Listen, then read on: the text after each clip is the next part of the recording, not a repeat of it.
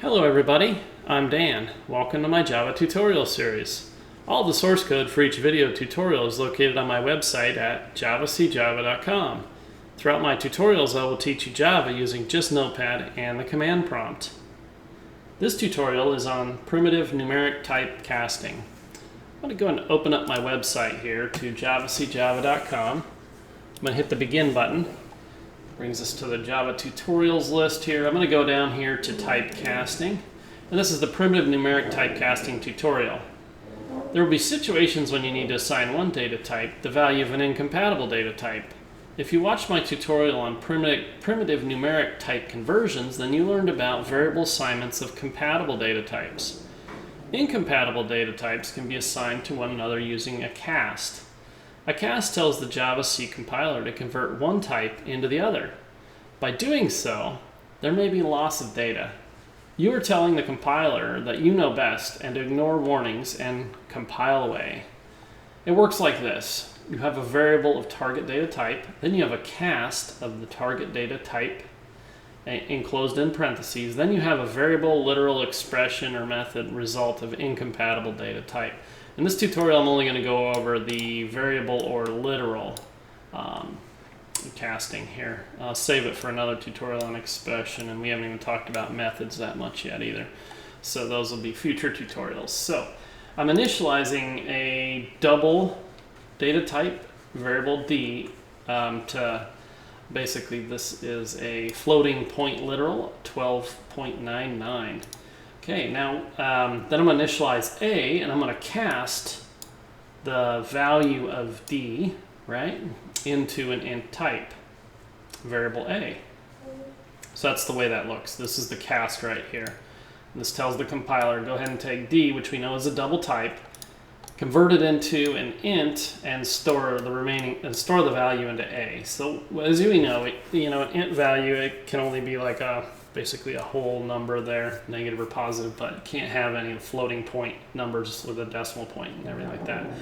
So basically, if we call the printline method and we display A at this point, it's going to display 12, and that's because we lost the 0.99 portion of the double value. It doesn't do any rounding or anything like that. It just lops it right off. So, and that can what it does can vary based on what data types you're talking about there too.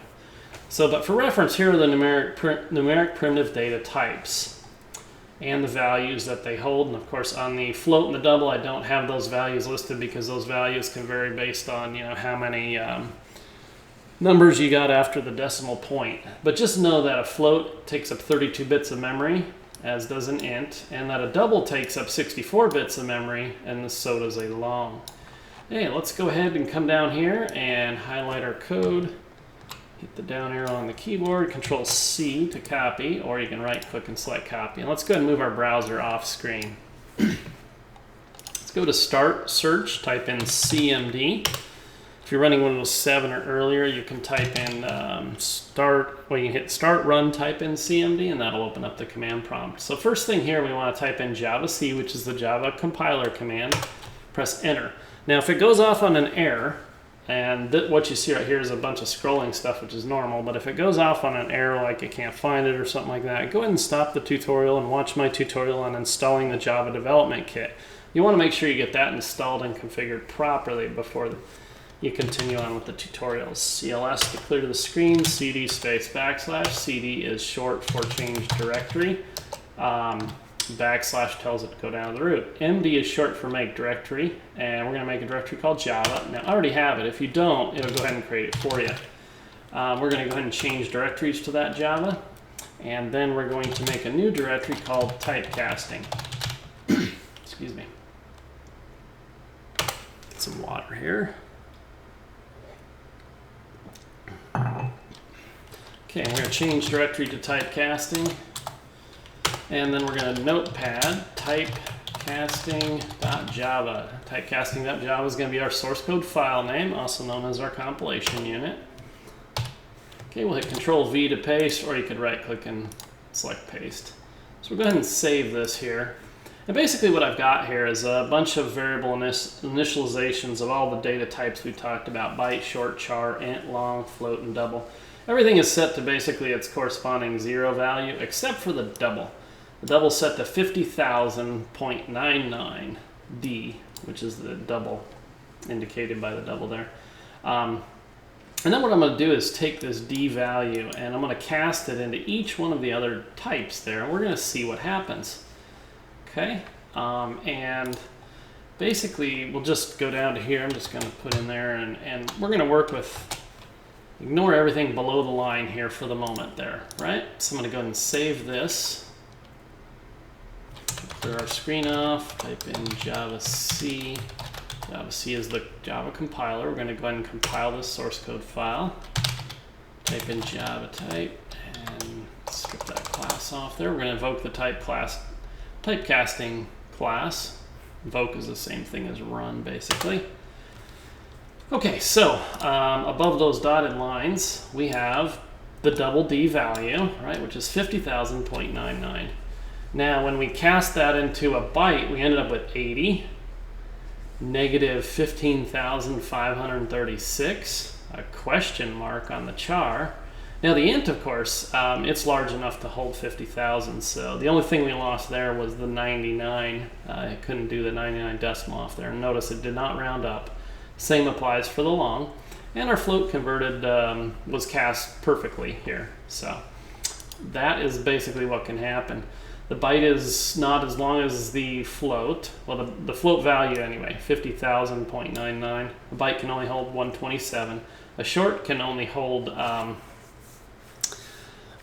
geez, what, a short, I think it's like 32,767, so that overflowed. Now, 50,000, definitely, if it strips off the 0.99 here, will fit into a Unicode character, because that would be 65,535. So the casting probably worked here for the char, but we don't have the right character set, or code page is what it's called. If you watch some of my previous tutorials, I talked a little bit about code pages. So this question mark here probably could be represented by, who knows, like the equivalent of like a Tibetan pound symbol, or you know. Your guess is as good as mine. But anyway, it probably did convert it, because 50,000 can fit into 65,535. So, and of course our cast for the int, long, and float worked just fine, because all of those max values for the int, long, and float are much larger than 50,000.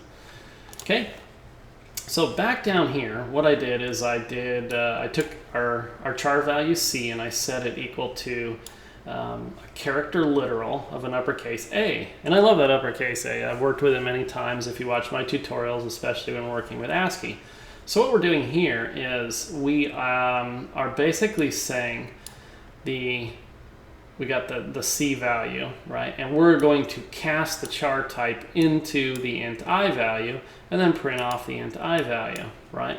Well, as you know from my previous tutorials, I've always said the ASCII value of uppercase A is 65, and so hence here, you can actually see that working there. We're using typecasting to convert char literals, right, essentially into decimal representations. Okay, now I did say you could cast, I'm back on my webpage, you could cast on a literal, right? So here's an example of that. We got B, and we've got this a floating point literal, right? And we're casting it to type B, to the byte. We're casting it to byte data type and assigning it to the B. Now, our result is 100.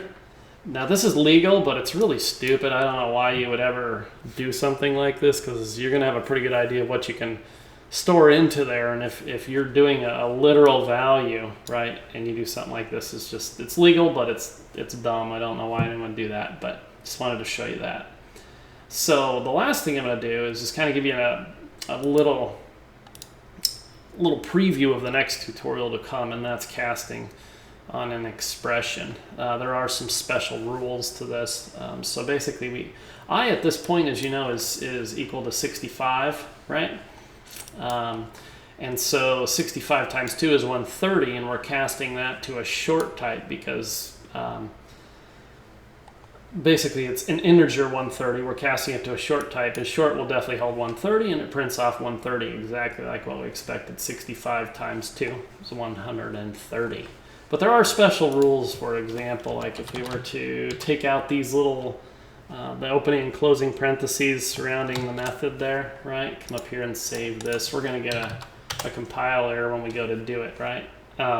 But basically all we have to do is we just put these right back in there and we are good to go.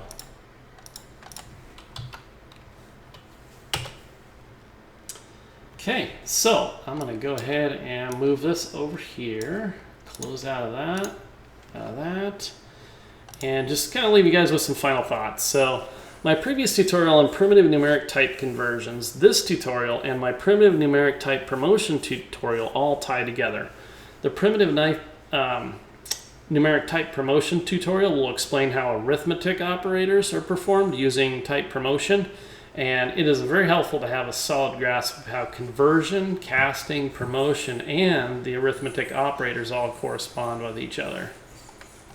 That concludes this tutorial. Thanks for watching.